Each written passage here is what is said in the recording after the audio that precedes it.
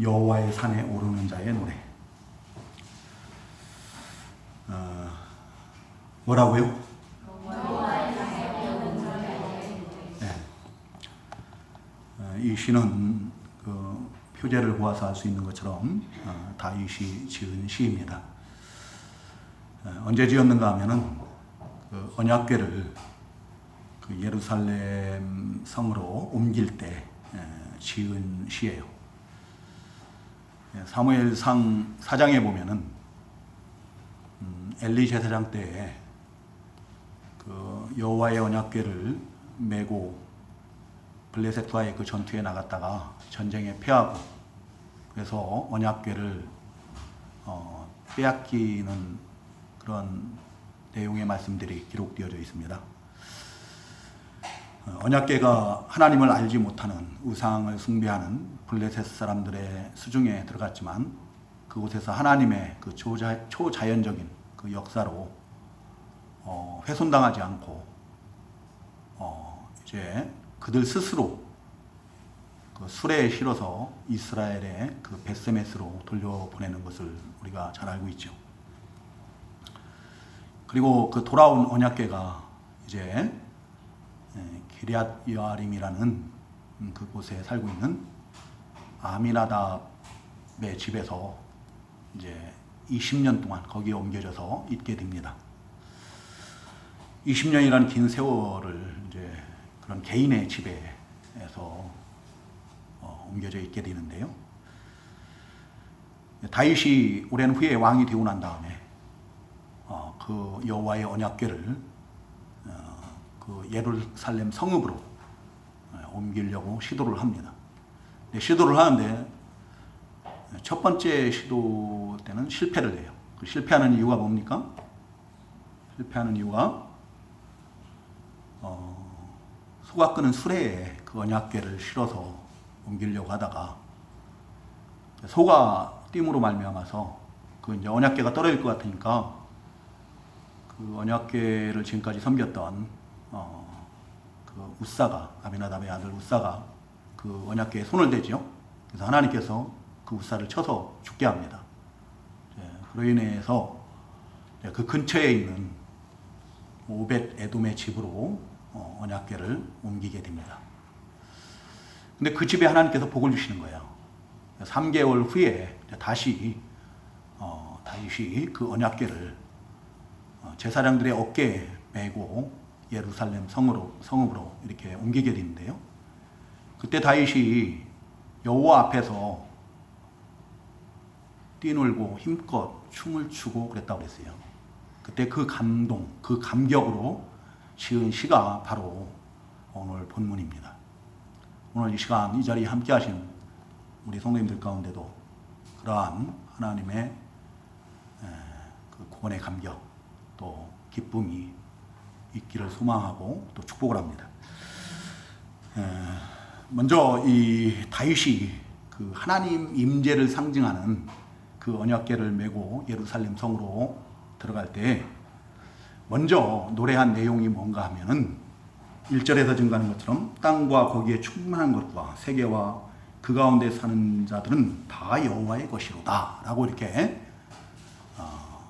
모든 만물의 주인 되시는 분이 하나님이시라고 찬양을 하고 고백을 하는 것을 볼 수가 있어요. 왜냐하면 2절에서 증가하는 것처럼 여호와께서 그 터를 바다 위에 세우시며 강들 위에 건설하셨도다.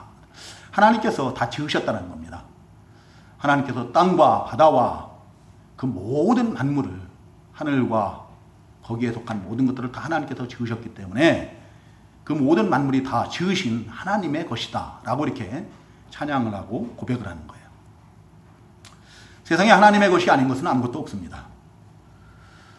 하나님께서 모든 것을 지으셨고 또 지으셨을 뿐만 아니라 지금도 그 지으신 모든 만물을 하나님께서 다스리시고 유지 보존하신다. 다만 그 하나님께서 그 지으신 것들을 하나님의 형상으로 지음받은 우리 인생들에게 그 창세기 1장 26절 28절에서 증거하는 것처럼 다스리도록 맡겨주신 것뿐이에요. 맡겨주신 것뿐이다.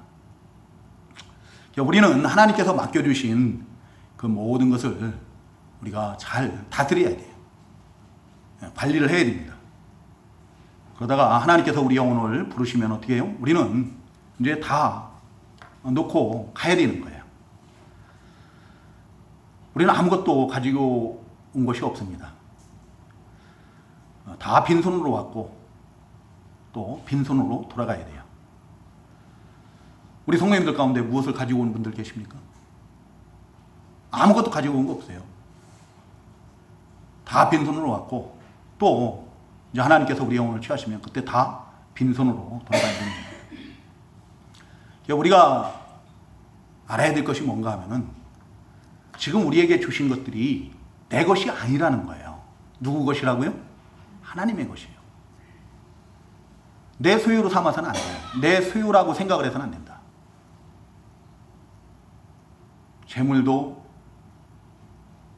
또 사랑하는 자녀들도 사랑하는 남편도 아내도 직장도 그 어떤 것도 내 것이 아니에요. 하나님의 것이다. 하나님께서 주신 거예요. 그래서 우리가 내 몸도예요. 내 몸. 내 몸까지도 내 마음대로 내가 함부로 사용해서는 안 돼요. 하나님께서 주신 줄로 믿고 하나님의 그 선하신 뜻대로 잘 사용을 하고 관리하고 또 하나님께 감사하고 그렇게 살다가 우리가 하나님 앞에로 돌아가야 되는 거예요. 하나님께서는 시편의 여러 기자들을 통해서 모든 것이 다 지으신 하나님의 것이다라고 이렇게 노래하게 하셨어요.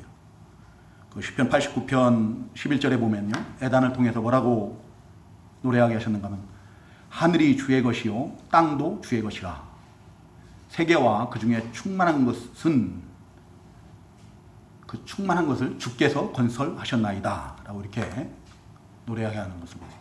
또 시편 74편 16절 17절에 보면 아삽이죠. 우리가 잘 아는 아삽이 뭐라고 노래합니까? 낮도 주의 것이요 밤도 주의 것이라 주께서 빛과 해를 마련하셨으며 주께서 땅의 경계를 정하시며 여름과 겨울을 만드셨나이다. 이렇게 노래하는 것을 볼 수가 있어요.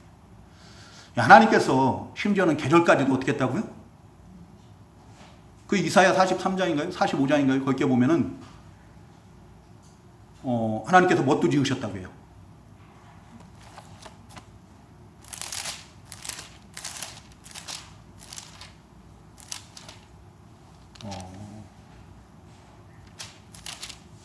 빛도 짓고 어둠도 창조하였나니 평안도 짓고 평안도 하나님께서 지으셨다는 거예요. 또 환난도 창조하셨다고 해요. 이 모든 일들을 행하는 자가 우리 주님이시다. 우리 하나님이시다. 라고 이렇게 이사야 선지자는 고백을 하고 있습니다. 하나님께서는 이 모든 만물을 지으신 주인 되시는 주관자이세요. 주권자이신 겁니다. 그래서 하나님께서 원하시면 어떻게 해요? 우리를 부하게 하실 수도 있고 가난하게 하실 수도 있는 거예요. 여러분 세상에 가난하고 싶은 사람은 누가 있습니까? 세상에 낮아지고 싶은 사람이 누가 있어요? 다 높아지고 싶죠. 다 뛰어나고 싶어요. 근데 부하게 하시는 것도 하나님께서 하시는 것이고 가난하게 하시는 것도 하나님께서 하시는 것이다. 높이시는 분도 하나님이시고 낮추시는 분도 하나님이시다는 거죠. 우리 성도님들 잘 아시는 대로 그 사무엘 선지자의 어머니인 한나가 뭐라고 고백합니까? 그 사무엘상 2장 6절에서 여호와는 죽이기도 하시고 또 살리기도 하시고 서울에 내리기도 하시고 거기서 올리기도 하시는도다. 여호와는 가난하게도 하시고 부하게도 하시며 낮추기도 하시고 높이기도 하시는도다 라고 이렇게 고백을 하죠. 다윗은 시편이 아니죠. 우리가 저희가 많이 인용하는 그런 말씀입니다. 역대상 29장 2절에 보면 한번 찾아서 읽어볼까요? 같이? 제가 읽어드리는 것보다 우리 성도님들이 한번 같이 읽어봤습니다. 시편 앞에 있습니다. 시편 앞에 역대상 29장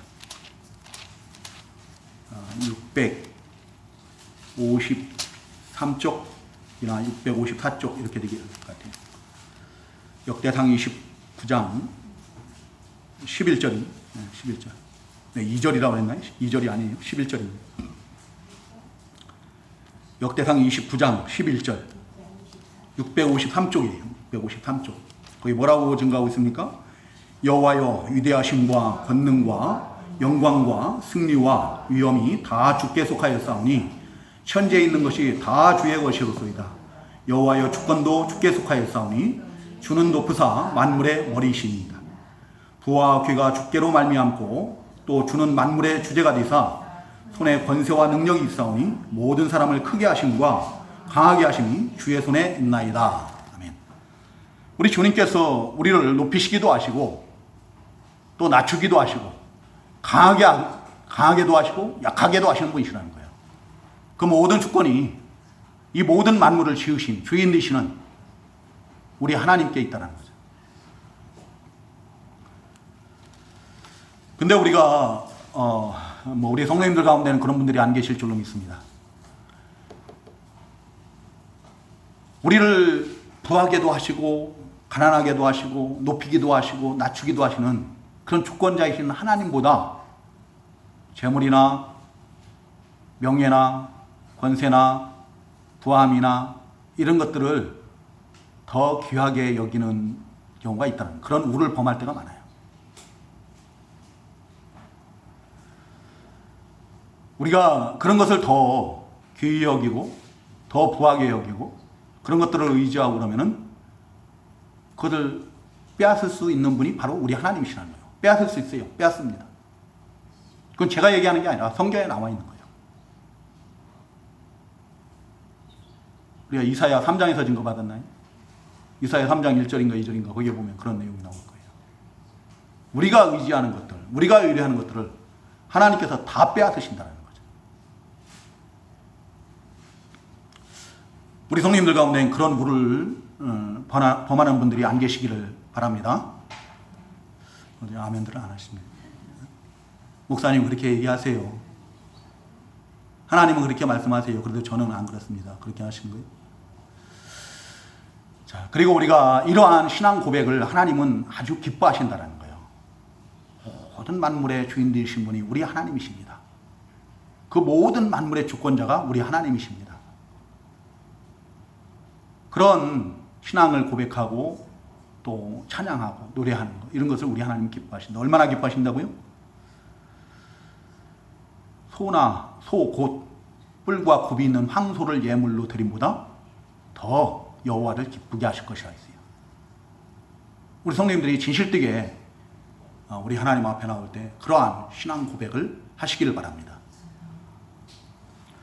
그리고 두 번째로 다윗이 노래한 것은 무엇인가 하면은 바로 여호와의 산에 오를 자의 자격에 대해서 노래를 하고 있어요.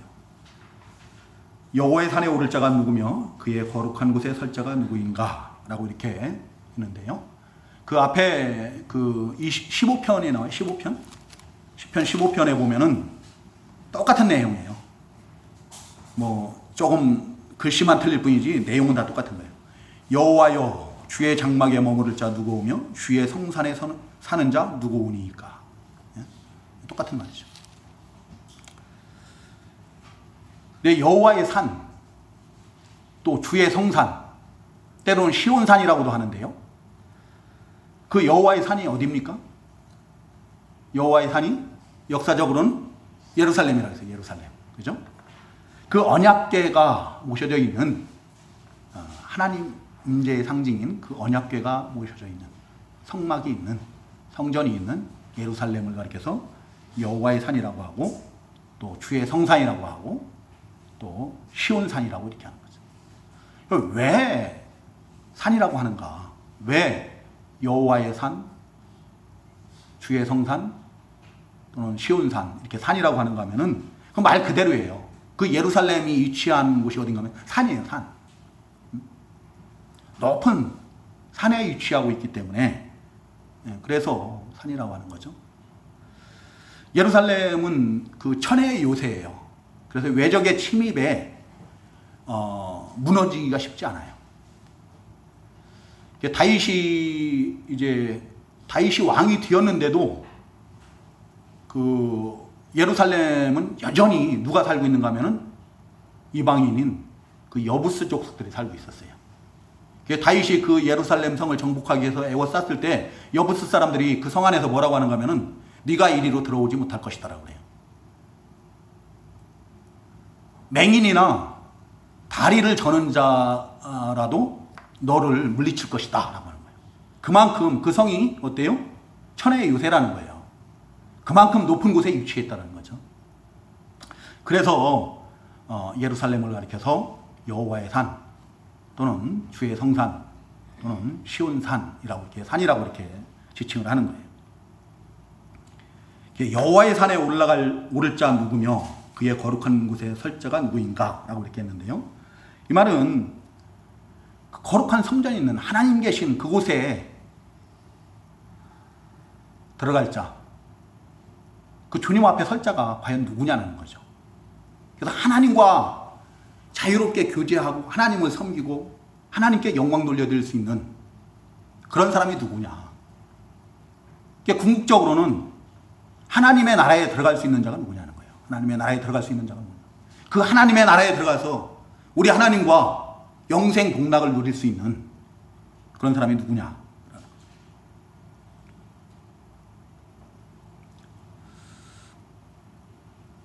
지금 이 시간 우리 성도님들 다 우리 주님 앞에 나와서 하나님께 예배를 하는데요.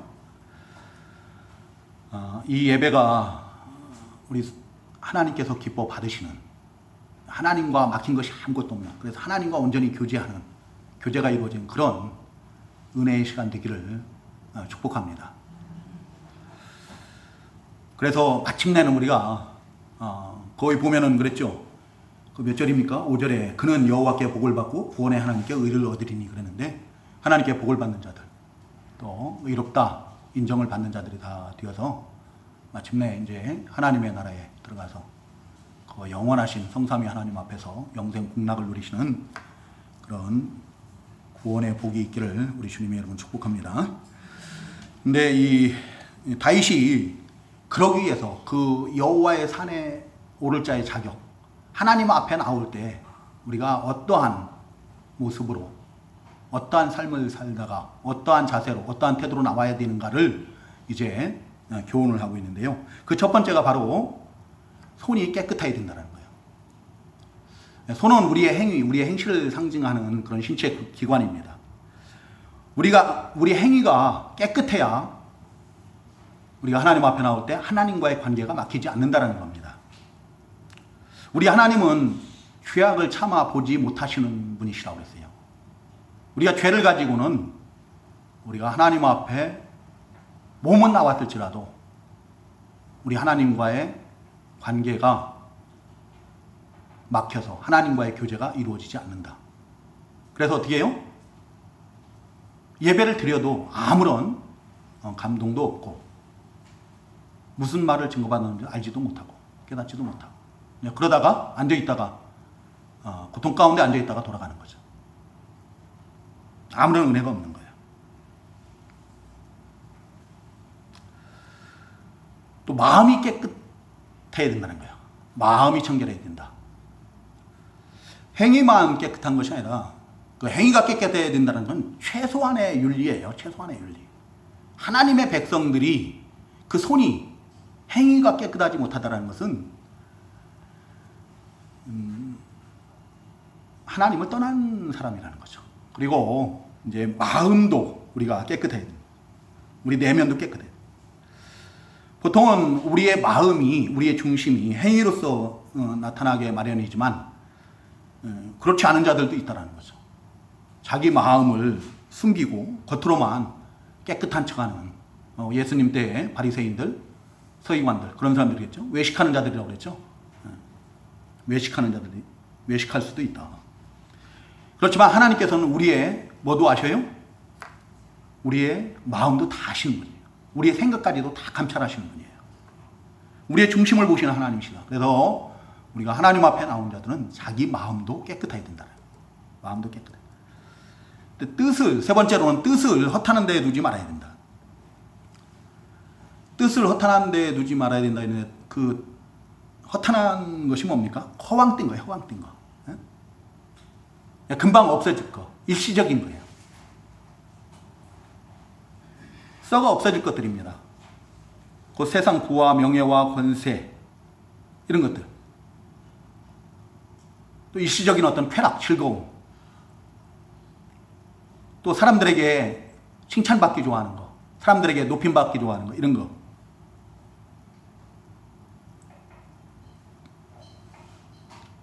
그런 것에 뜻을 두지 말라는 거죠. 이런 것들은 우리가 하나님 앞에 섰을 때, 우리 주님 앞에 나올 때 우리 주님과 우리의 관계를 막히게 하고 멀어지게 할 뿐이에요. 하나님 앞에서 우리를 자꾸 더럽혀지게 하는 것이에요. 그런 것들. 우리 주님께서는 재물과 하나님을 겸하여 섬길 수 없다라고 분명히 말씀하셔요. 또 누가복음 16장 15절에서는 사람들 중에 높임을 받는 것은 하나님 앞에 미움을 받는 것이라고 말씀하시죠. 사람들에게 칭찬받기 좋아하고 사람들에게 인정받기 좋아하고 그런 것은 하나님께는 뭐 하는 거라고요? 미움을 받는 것이라는 거예요. 우리가 우리 뜻을 어디에 둬야 되는가? 그런 것들에게 두지 말고 세상 것에 두지 말고 일시적인 것들에 두지 말고 영원한 것에 두라는 거죠. 골로새서 3장 1절 2절에서 증거하는 것처럼 위의 것들을 찾으라 했어요. 땅의 것들 생각하지 말고 세상 것들 생각하지 말고 우리 주님 계신 그 위의 것들을 생각하고 위의 것들을 찾으라. 그리고 네 번째로 교훈하는 것이 바로 거짓 맹세하지 말라. 거짓 맹세하지 말라고 했는데 이것은 입으로 죄를 짓지 말라는 거예요. 입술로 범죄하지 말라. 바로 앞에 그 15편 거기에 보면은 뭐라고 교훈하고는 거기도 잘 내용이 증거되고 있는 것. 3절에 보면 그의 혀로 남을 허물하지 아니하고 그의 이웃에게 악을 행하지 아니하며 그의 이웃을 비방하지 아니하며 또 그 밑에 보면은 그의 마음에 서원한 것은 해로울지라도 변하지 아니하며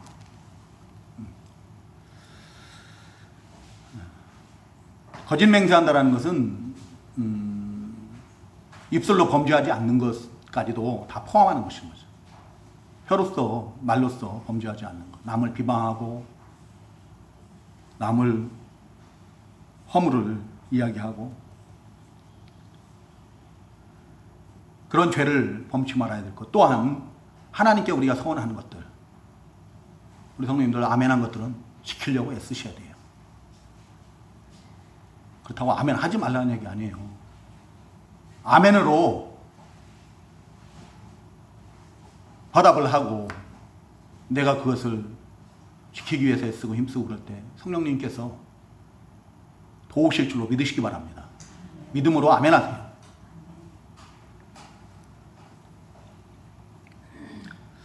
그런 사람들은 오늘 이 본문 아까 그렇죠? 5절에 보면 그는 여호와께 복을 받고 구원의 하나님께 의를 얻으리니 그랬어요. 그런 사람들은 여호와께 복을 받는다는 거예요. 그 복을 받는다는 것이 세상 복보다는 우리 하나님 앞에 나왔을 때 하나님과의 관계가 막히지 않음으로 인해서 하나님께서 그 시간에 주시는 그 신령한 은혜와 복을 받을 수 있다는 겁니다. 그렇지 않고 그러한 삶을 살지 않고 정말로 내가 하고 싶은 대로 내 행위가 하나님 앞에 옳지 못하고 또 마음이 깨끗지 못하고 뜻을 세상 가운데 험한 곳에 허탄한 곳에 두고 또 거짓으로 남들을 해하고 비방하고 하나님 앞에 약속을 하고도 그걸 지키지 않고 그런 삶을 살다가 나오면 하나님과의 관계가 막혀서 복을 받을 수가 없는 거예요. 앞에서도 말씀드린 것처럼 하나님과의 관계가 꽉 막혀버리는 거죠.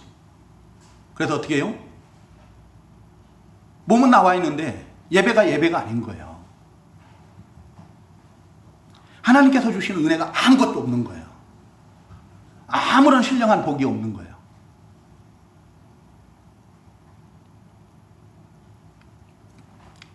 근데 그러한 삶을 살다가 그러한 마음가짐을 가지고 우리 주님 앞에 나갔을 때 주님께서 교제하시는 거죠. 성령님께서 강하게 역사하시는 거예요. 감동을 주시고 깨달음을 주시고 은혜를 베풀어 주시는 겁니다. 새 힘을 더해 주신 거예요. 위로가 임하게 되는 겁니다. 평강을 얻게 되는 거예요.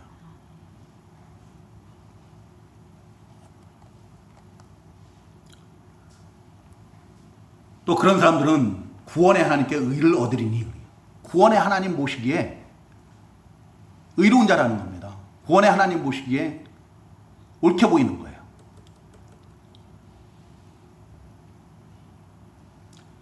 이는 여호와를 찾는 족속이요 야곱의 하나님의 얼굴을 구하는 자로다. 왜 그가 그런 사람들이 여호와의 복을 받고 또 구원의 하나님께 의를 얻게 되는가? 손이 깨끗하고 마음이 청결하고 또 뜻을 허탄한 데에 두지 않고 거짓 맹세하지 않는 사람들이 여호와께 복을 받고 구원의 하나님께 의를 얻는 이유, 옳다 인정을 받는 이유, 의롭다고 인정을 받는 이유는 그 행위 때문이 아니라는 거죠. 그 행위 때문이 아니에요. 그 행위 때문이 아니라 이는 그런 것은 그 이유가 그가 복을 받고 여호와께 옳다, 의롭다 인정을 받는 이유는 그가 여호와를 찾기 때문이에요.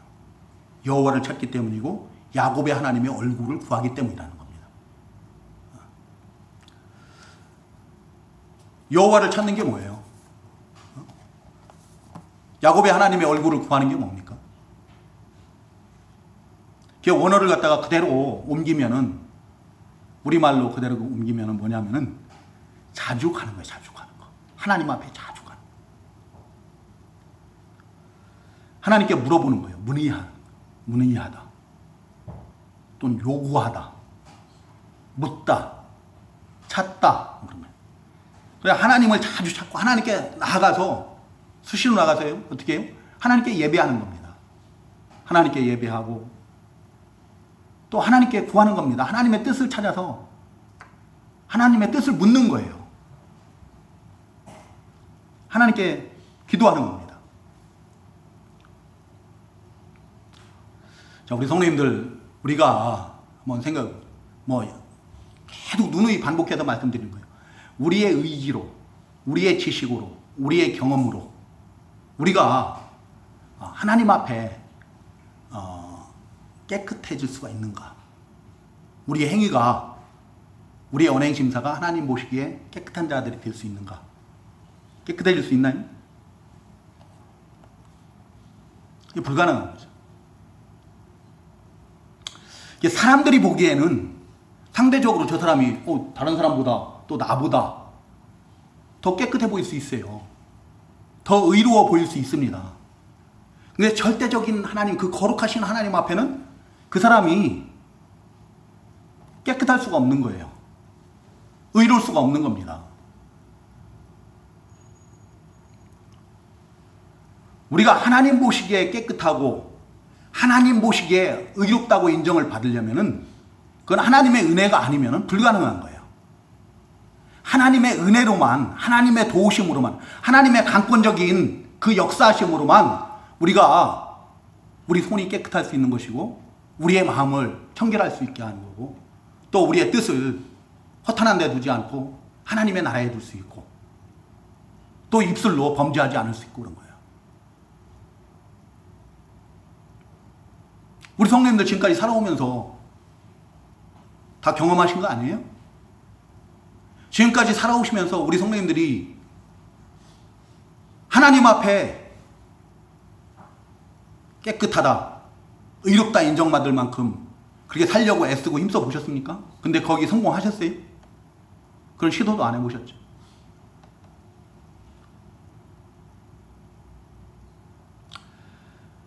우리 경험을, 우리 지식을 가지고 우리의 의지로 내가 하나님 앞에 깨끗하기 위해서 아무리 노력을 한다고 할지라도 하나님 앞에 깨끗하고 하나님 앞에 의롭다함을 받을 육체는 아무도 없습니다. 행실로서는. 우리가 하나님의 은혜로만 가능한 거예요. 우리는 전적으로 부패하고 전적으로 타락한 존재들이에요. 그것을 우리가 알고 하나님의 강권적인 그 역사가 아니면, 은혜가 아니면, 도우심이 아니면은 그런 삶을 살 수 없다는 것을 알기 때문에 늘 하나님을 찾고 하나님 앞에 나가서 하나님의 말씀으로 책망받고 교훈받고, 그래서 그것으로 깨달아 알고 다시 결심하고 결단하고, 자신의 결심으로 안 되니까 어떻게 해요? 하나님 앞에 눈물을 흘리면서 성령님의 그 강군의 역사를, 도우심을, 감동을, 감화를 구하는 것. 그럴 때 조금 어떻게 해요? 바뀌는 거예요. 한 번에 확 바뀌었으면 좋겠어요. 하나님께서 역사하시면 그것도 가능하죠. 그죠? 성령님께서 강하게 역사하시면 그것도 가능해요. 근데 그것도 오래가지 못해요. 성령님께서 뭐 정말 뜨겁게 역사하셔가지고 완전히 뒤집어져 버린 거예요. 내 속에 있는 모든 죄를 다 하나님 앞에 다 고해바치고 토하고 뭐 그냥 울며 불며 하나님 앞에 다 자복하고 용서를 구하고 그랬어요. 그런데도 그게 얼마 못 가는 게 우리 인생들이에요. 조금 있으면 어떻게 해요? 또 원상태로 또 돌아가요. 그래서 전적 부패하고 전적 타락했다라고 하는 거예요. 그래서 하나님의 강권적인 은혜가 아니면은, 역사가 아니면은 우리는 단 한순간도 하나님 보시기에 의로운, 하나님 보시기에 깨끗한 그런 삶을 살 수가 없는 거예요. 그래서 하나님 전을 찾고 하나님 앞에 무릎 꿇고 겸손히 하나님의 도우심을 구하는 거예요. 그런 사람이 의로운 사람이라는 겁니다. 하나님께서 그런 사람들을 의롭게 여기신다는 거예요. 부족하더라도, 연약하더라도, 쓰러지고 넘어지고 전에 지었던 죄를 또 반복하여 또 죄를 지을지라도 하나님께서 그런 사람들을 옳다 여기시는 거예요. 그런 사람들에게 신령한 은혜와 복을 주셔서 점점 하나님의 사람들로 온전케 만들어 가시는 줄로 믿습니다. 그런 사람이 여호와 하나님 앞에 설 자가 되는 거예요. 여호와 하나님 앞에 막힌 것이 없이 하나님과 자유롭게 교제할 수 있는 사람이 되는 거예요. 마침내는 하나님의 나라에 들어가서 영생 복락을 누리게 됩니다. 우리 성도님들의 그런 은혜가 있기를 우리 주님의 이름으로 축복합니다. 또 세 번째로 다윗이 노래한 것은 무엇입니까? 그 하나님의 영광을 노래했다라고 주보에는 이렇게 기록을 해놨는데요. 영광의 하나님을 노래했다 했는데, 그 영광의 하나님을 문을 열어서 영접해야 될 것을 노래한 거죠. 엄밀히 말하면 그런 것 같아요. 문을 열어서 그 영광의 하나님을 영접해야 될 것을 노래했다.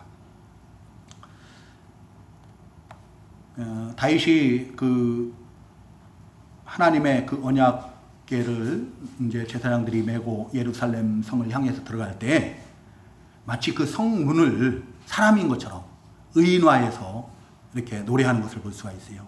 뭐라고 노래합니까? 문들아 너희 머리를 들지어다.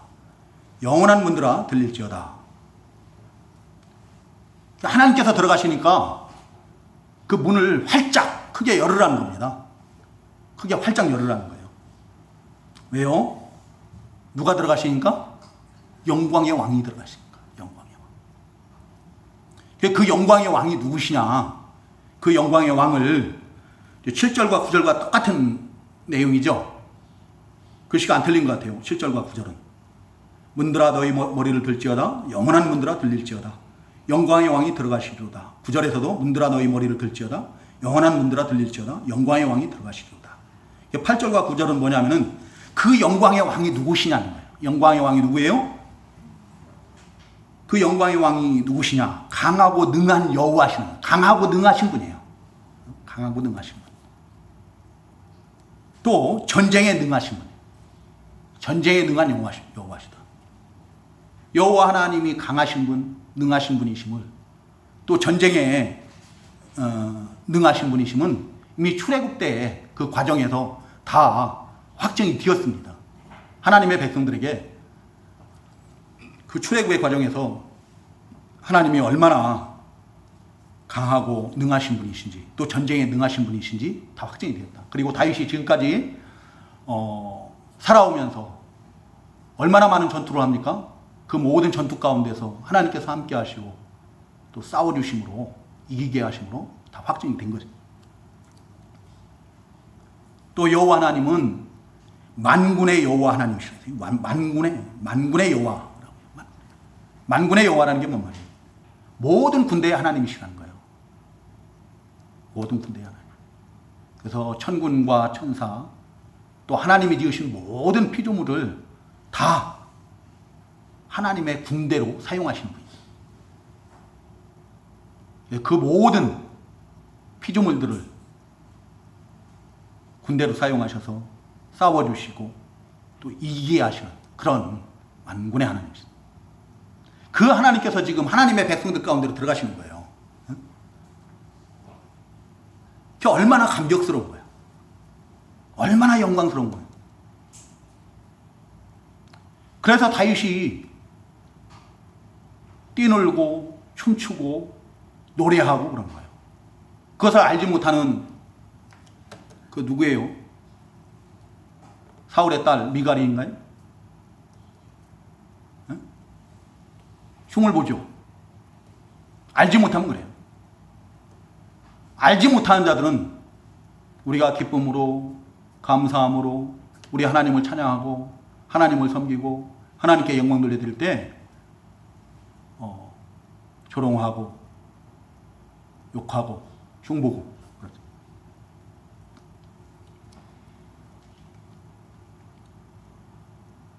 이제 그 하나님께서 그 이스라엘 백성들 가운데로 들어가심으로 말미암아서 하나님의 백성들이 하나님을 저버리지 않는 이상 그 하나님의 백성들을 해할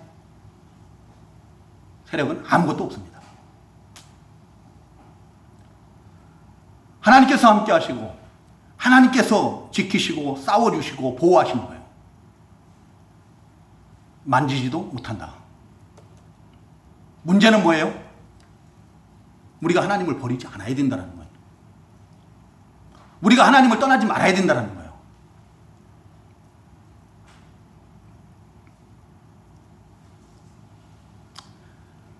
구약시대에는 언약궤를 통해서 이렇게 상징적으로 하나님께서 자기 백성들과 함께 하심을, 자기 백성들 가운데 임재하시고 또 경배받으시고 도와주심을 나타냈습니다. 그 하나님께서 친히 육신을 입고 이 세상 가운데 오셨다라고 했어요. 그분이 누구예요? 예수님이에요. 그래서 그 이름을 뭐라고 한다고요? 임마누엘이라 하리라. 임마누엘. 그 임마누엘 뜻이 뭐예요? 하나님이 우리 가운데 함께 계신다는 뜻이에요.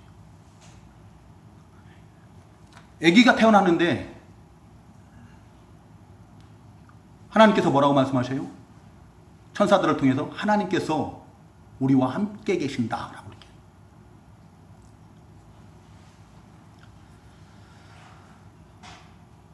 그 하나님께서 구약시대에 그 언약궤를 통해서 성막을 통해서 하나님의 백성들 가운데 임재하심을 나타내신 하나님께서 이제 친히 육신을 입고 세상에 오신 겁니다. 세상에 오셔서 하나님이 우리와 함께 계심을 나타내 보여주신 겁니다. 그리고 그 하나님께서, 그 주 하나님께서 아버지의 모든 뜻을, 보내신 분의 모든 뜻을 다 이루어드리고 난 다음에 이제 부활하시고 승천하신 거죠. 그 승천하실 때 그 천군 천사들이 부르는 찬양의 노래인 거예요. 이 노래가 만주의 주가 되시는, 만왕의 왕 되시는 그 구주께서, 그리스도께서 그 하나님의 나라에, 하늘 성소에 들어가시는 그 천군 천사들이 하늘 문을 열라고 노래를 부르는 노래예요. 그 노래인 거예요.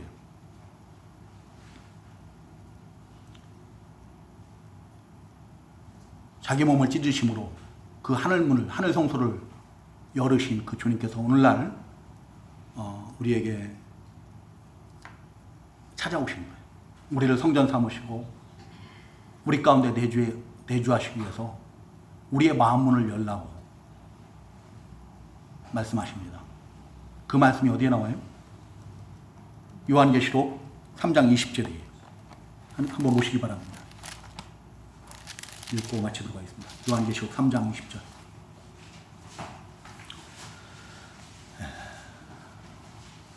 같이 읽겠습니다.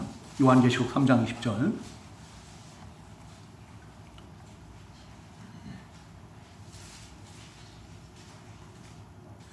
찾으셨어요? 같이 찾으신 분들 같이 읽겠습니다. 시작. 볼지어다 내가 문 밖에 서서 두드리는 누구든지 내 음성을 듣고 문을 열면 내가 그에게로 들어가 그와 더불어 먹고 그는 나와 더불어 먹으리라. 아멘. 우리 주님께서 지금도 말씀으로 우리를 찾아주시고 우리의 마음 문을 두드리시는 줄로 믿습니다. 문을 열라는 거예요. 마음 문을 열으시라는 거예요. 그리고 그 주님을 영접하라는 겁니다. 그 주님을 영접하는 그 순간에 우리의 삶이 바뀌는 거예요. 우리의 인생이 다 바뀌어버리는 겁니다. 우리 가운데 구원의 기쁨으로 충만케 되시는 거예요. 즐거움으로 충만한 거예요. 아직 우리 주님을 영접하지 못하신 분들 계십니까? 마음문을 여시기 바랍니다. 그 마음문을 여시고 우리 주님을 영접하시기 바랍니다. 그래서 우리 인생들이 확 바뀌어버려요. 이게 답답하고 어찌할 바를 모르는, 갈 바를 알지 못하는 그런 삶이 아니라 하나님이 주시는 구원의 기쁨으로, 그 즐거움으로, 하나님이 주시는 위로가 충만하고 평강이 충만한 그런 사람들로 바뀌어야 돼요. 늘 그래서 그 구원의 은혜에 감격하고 찬송하고 주님께 영광 돌려드리는 그런 우리 성도님들이 되시기를 주님의 이름으로 다시 한번 축복합니다. 우리 마치겠습니다.